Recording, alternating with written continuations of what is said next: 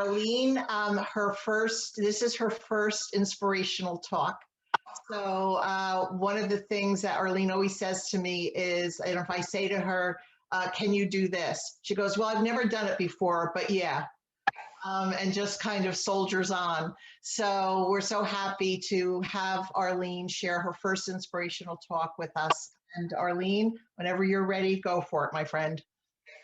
Thank you. I appreciate those kind words. And yes, I definitely had a moment when you said, Arlene, how do you feel about the inspirational talk? And I swallowed hard and said, okay. And then last night that really settled in a little bit. And I said, oh my gosh, what the heck am I doing? But you know, it really led off to a whole flow of thought and inspiration inside of me that said, that's where the greatest growth happens, is where you're uncomfortable, the space where you're completely out of your comfort zone and you do it anyway. You know, we ask all the time to be led. What is our soul's purpose? Where are we going? How do we get there? Yet we take the same path every single day. It's kind of like driving home the same way every day on the same roads and expecting to see different things. You're not going to, but taking that detour route, being completely uncomfortable, but experiencing that uncomfortability and accepting it and embracing it and looking at it more like an adventure, saying, you know, I don't know what's going to happen next, but I'm excited to find out. And then you really get into the mindset of saying, it didn't matter what the obstacle is or how hard something is in your life or how upsetting it is. If you can look at the positive side of that and kind of shift that mindset and look for the magic, look for the opportunity for growth, look at the adventure in that experience, even though it may be one of the hardest things you've ever went through.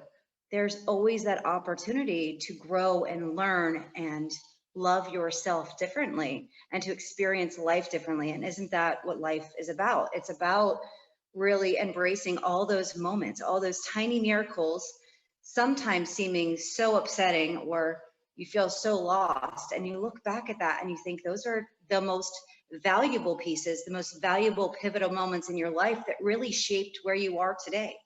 Taking that left when you should have taken a right, or having something not worked out and you find the blessing in that because now you are married to a different person, or you chose a different job and you couldn't be happier.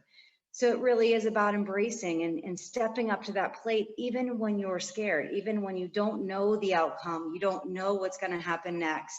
Taking that on and saying, I don't know what's going to happen next, but I'm excited to find out.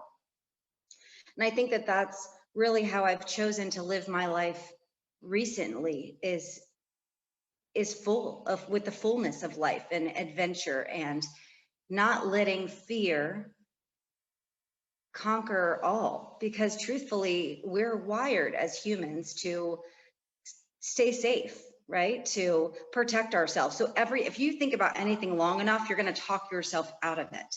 If you look at those things as positive things, then you're willing to move forward and step up to the plate and say yes, even though you're not sure that you can do it. At the end of the day, like, this is a great example. I said yes, and I'm giving it my best, and it's not going to kill me. You guys might say, well, we probably won't sign her up to do that again, but I gave it my best shot, and I learned from it, and I grew from it, and I experienced it, and hopefully can inspire or leave you guys with some thoughts that help you through your day, or it's something that really resonates with you.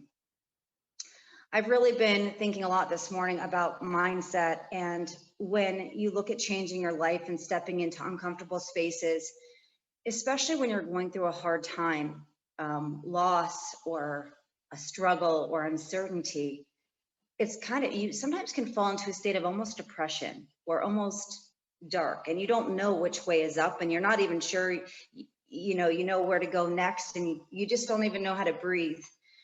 And I found that in those spaces, when I feel lost, I start to count the things I do know and the things that are real, like opening your eyes in the morning and realizing you can see, or taking a breath and knowing your lungs are filling with air and you're alive, or getting out of bed and knowing I have my legs to walk on. It's counting all those little blessings inside that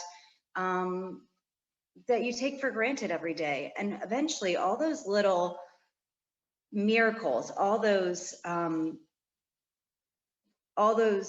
thousands, the life is full of like a series of thousands of tiny miracles, they add up to the fullness and the quality of life. And so you're so full of gratitude, you're so full of and so aware, and you take notice of all these things, these tiny little miracles, that it fills you up from the inside and it empowers you, and you're more willing and you're more full and you're more aware to be able to take some of those uncomfortable steps. And you find that joy again in life. You find the flavor of life. You find the inspiration in life, just by noticing those tiny little things. You know, I was looking at a quote by Marcus Aurelius, which his name came to me in a meditation. I had never heard of him. And I started reading his quote. And it's interesting because I heard his name this morning. And when I Googled him, this is the first quote that came up. When you arise in the morning, think of what a precious privilege it is to be alive, to breathe, to think, to enjoy, and to love. And I really looked at that and said, it's true. You know, we take those things for granted. And when you can't see the light and you can't see the next step and you're not sure where to go or how things are going to work out, start to think of those little things. I can breathe. I can see, I can feel, I'm alive. And really understanding the depths of what it means to be alive and to feel and to be present in your life. And that's what gives you joy. That's what gives you that full feeling. And learning that, you know, through that gratitude, you're learning to be vulnerable. You're learning unconditional love. You're learning to inspire. You're learning that the treasures of life all are inside of you. They're not reserved for someone else. You know, I also find that it takes very little to make a really happy life. It really does. It's within yourself, and it's a way of thinking.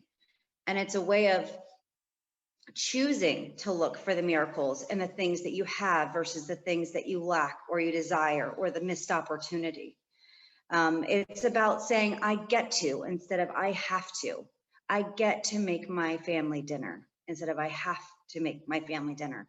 I get to wash my children's clothes. I get to drive to work. That means you have a family, and it means you have a house, and it means you have money enough to eat where you're doing dishes. All those things add up. You find the gratitude in it, the thankfulness and the fullness of that, rather than the mindset where it's, oh, begrudgingly, I have to do this.